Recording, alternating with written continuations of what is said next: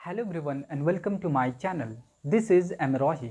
आज हम लोग इंडियन पॉलिटी के आर्टिकल 1 to 35 को बाय ट्रिक से याद करने वाले हैं। इससे पहले मैंने 1 to 32 आर्टिकल को डिटेल से डिस्कस किया है। आप चाहें तो उन तमाम वीडियोज़ को प्लेलिस्ट में जाके देख सकते हैं।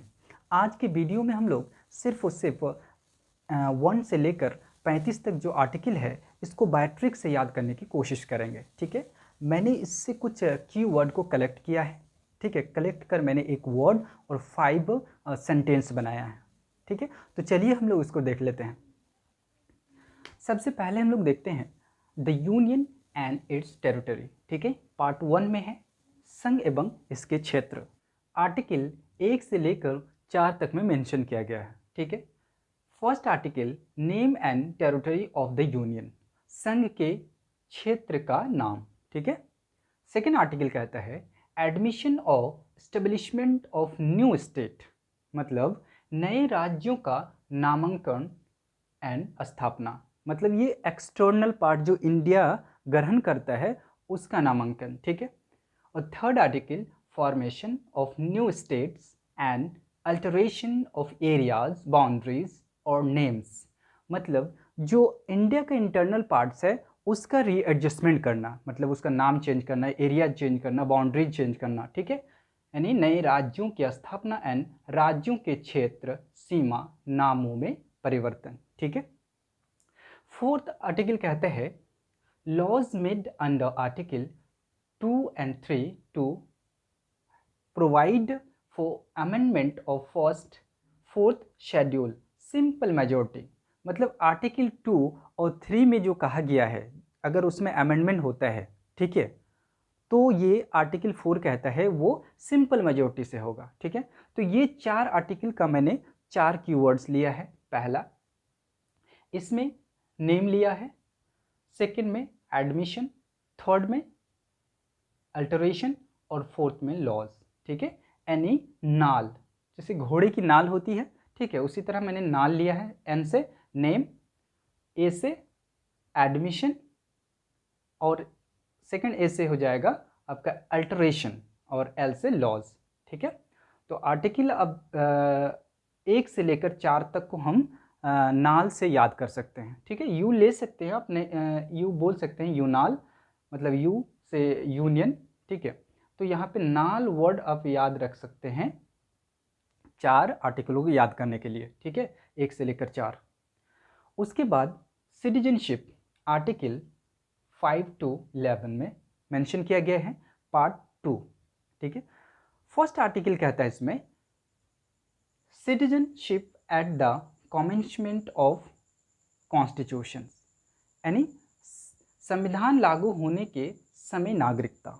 ठीक है, आर्टिकल 6 कहता है right to citizenship of certain person who migrated to India from Pakistan. ठीक है, वैसे व्यक्तियों के लिए नागरिकता जो पाकिस्तान से भारत प्रव्रजन किया है। ठीक है, आर्टिकल 7 कहता है right to citizenship of certain migrants to Pak, यानी पाक के प्रव्रजित व्यक्तियों के नागरिकता अधिकार। आर्टिकल 8 कहता है rights of citizenship of certain persons of Indian origin residing outside India, यानी भारतीय मूल के वैसे लोगों के नागरिकता अधिकार जो भारत के बाहर हैं। ठीक है, आर्टिकल 9 कहता है persons voluntarily acquiring citizenship of a foreign state not to be citizen, मतलब जो व्यक्ति स्वेच्छा से विदेशी राज्य की नागरिकता प्राप्त कर ले तो उसकी नागरिकता समाप्त हो जाती है। ठीक है, उसके बाद आर्टिकल 10 कहता है continuance of the rights of citizenship, मतलब नागरिकता अधिकारों की निरंतरता, मतलब ये सिटीजन के पास राइट है कि वो अपनी नागरिकता को बनाए रखे। ठीक है, आर्टिकल 11 कहता है parliament to regulate the right of citizenship by law, मतलब पार्लियामेंट क्या कर सकता है, किसी को नागरिकता दे सकता है या फिर किसी की नागरिकता समाप्त भी कर सकता है। ठीक है, तो मैंने सिटीजनशिप के जो 5 से लेकर 11 आर्टिकल है उसको मैंने एक सेंटेंस में इसको जो है अरेंज किया है। मैंने कुछ कीवर्ड्स एक एक का कीवर्ड्स को कलेक्ट किया है। इसमें से मैंने लिया है कमेंसमेंट, ठीक है, इसमें से लिया है फ्रॉम पाक, इसमें से भी पाक, ठीक है, आउटसाइड, इसमें से लिया है फॉरेन, कॉन्टिन्यूएंस एंड पार्लियामेंट, ठीक है। सिटीजन को पाक से आउट फॉर कोपा, यानी सिटीजन को पाक से आउट फॉर कोपा, ठीक है। सिटीजनशिप ये तो सिटीजनशिप के लिए लिए हैं, ठीक है। और को जो लिए हैं वो कमेंसमेंट के लिए, ठीक है। और पाक, ठीक है, पाक से आने वाले, यानी जो 6 और 7 आर्टिकल है दोनों पाक से आने वाले। एक क्या है जो 6 है ये क्या है पाक से डायरेक्ट आए और आने के बाद उसको नागरिकता दी गई, ठीक है। लेकिन जो 7 है क्या हुआ, इंडिया से वो पाकिस्तान चले गए, उसके बाद फिर पाकिस्तान से इंडिया आए, उसके लिए आर्टिकल 7 है, ठीक है। उसके बाद फिर आउट माने आउटसाइड, जो भारत से बाहर रहता है उसके लिए नागरिकता। यहाँ पे 4, ठीक है, 4 मैंने लिया है फॉरेन, ठीक है। और CO जो लिया है मैंने यहाँ पे कॉन्टिन्यूएंस और पार्लियामेंट, ठीक है, और PA से पार्लियामेंट, ठीक है। तो इस सेंटेंस से आप सिटीजनशिप के जितने भी आर्टिकल हैं उसको याद कर सकते हैं। इसके बाद हम लोग इधर फंडामेंटल राइट्स को डिस्कस कर लेते हैं। फंडामेंटल राइट्स आर्टिकल 12 to 35, ठीक है। आर्टिकल 12 कहता है डेफिनेशन, राज्य की डेफिनेशन दी गई है इसमें। आर्टिकल 13 लॉज इनकंसिस्टेंट विद और इन डेरोगेशन ऑफ फंडामेंटल राइट्स, ठीक है। यानी फंडामेंटल राइट्स से यानी मौलिक अधिकार से असंगत या उनका अल्पीकरण वाली विधियां शून्य होगी, ठीक है। राइट टू इक्वलिटी, समानता का अधिकार, ठीक है। आर्टिकल 14 to 18, ठीक है। आर्टिकल 14 कहता है इक्वलिटी बिफोर लॉ, ठीक है, यानी विधि के समक्ष समता या समानता, विधियों के समान संरक्षण। आर्टिकल 15 कहता है prohibition of discrimination on the ground of religion, race, caste, sex और प्लेस ऑफ बर्थ, मतलब धर्म, मूल वंश, लिंग, जन्म स्थान के आधार पर विभेद का रोक, ठीक है। आर्टिकल 16 कहता है equality of opportunity in public employment, यानी लोक नियोजन के विषय में अवसर की समता, ठीक है। आर्टिकल 17 कहता है एबोलिशन ऑफ अनटचेबिलिटी, ठीक है। उसके बाद आर्टिकल 18 कहता है एबोलिशन ऑफ टाइटल्स, यानी उपाधियों का रोक, ठीक है। तो यहाँ से जो 12 से 18 तक आर्टिकल है इसको मैंने एक सेंटेंस में अरेंज किया है, ठीक है। फन दे दे इक्वल डू आंटी, ठीक है। मैं इस सेंटेंस को एक्सप्लेन कर देता हूँ। फन मैंने लिया है फंडामेंटल से, ठीक है। DE मैंने लिया है डेफिनेशन से, और सेकंड DE मैंने लिया है वो डेरोगेशन से, ठीक है। उसके बाद इक्वल मैंने लिया है आर्टिकल 14 इक्वलिटी बिफोर लॉ, ठीक है। उसके बाद डू मैंने लिया है, ठीक है, डी मैंने लिया है डिस्क्रिमिनेशन से, O मैंने लिया है अपॉर्चुनिटी, और UN मैंने लिया है अनटचेबिलिटी, ठीक है। उसके बाद TI टाइटल्स, ठीक है।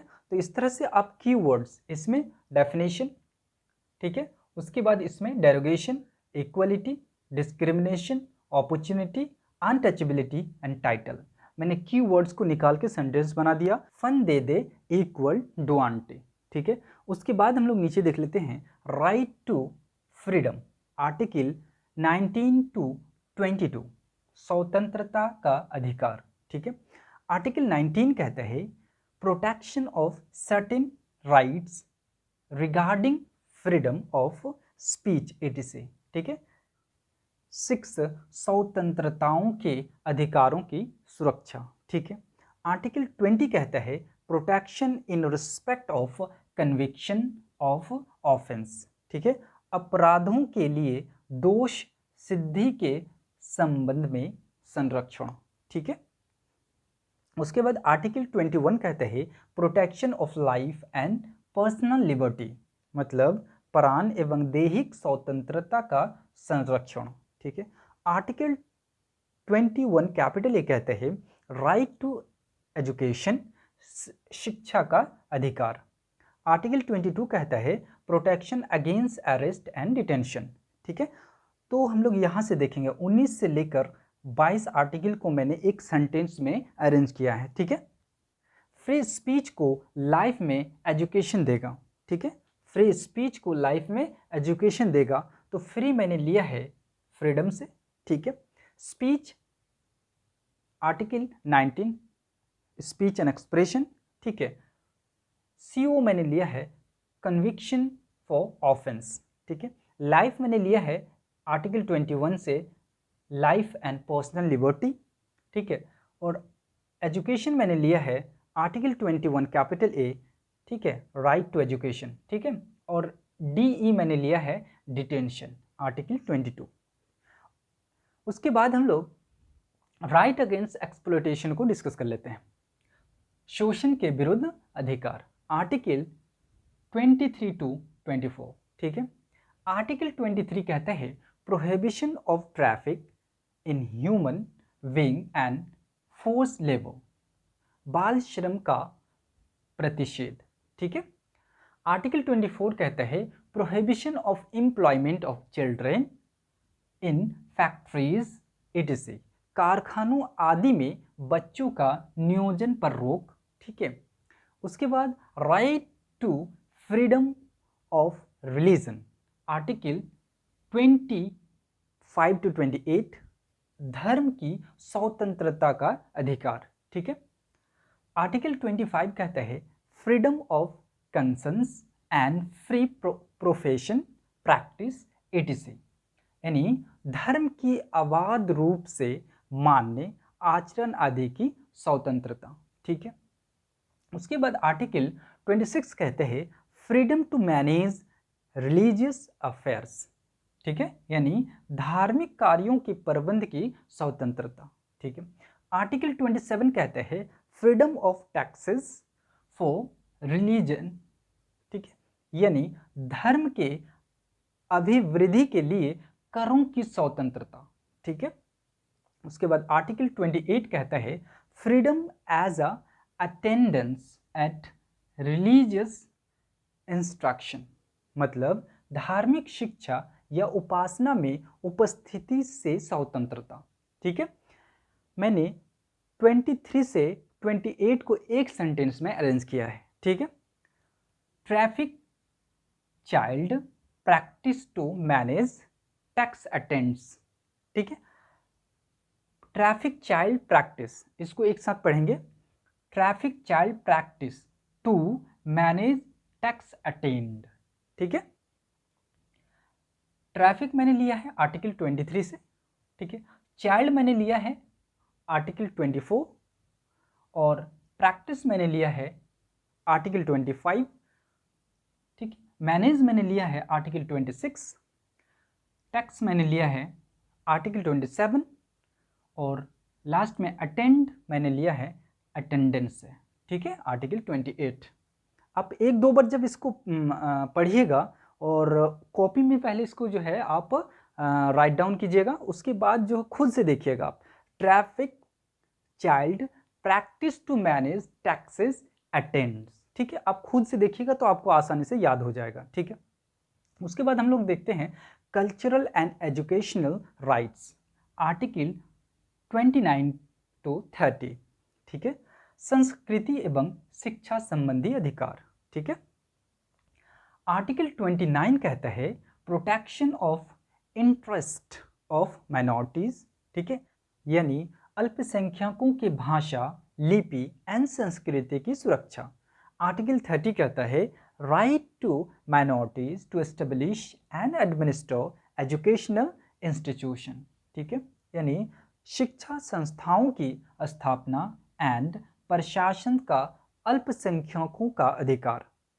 राइट टू कॉन्स्टिट्यूशनल रेमेडीज़ की बात करें, आर्टिकल 32 जिसे हार्ट एंड सोल भी कहा जाता है,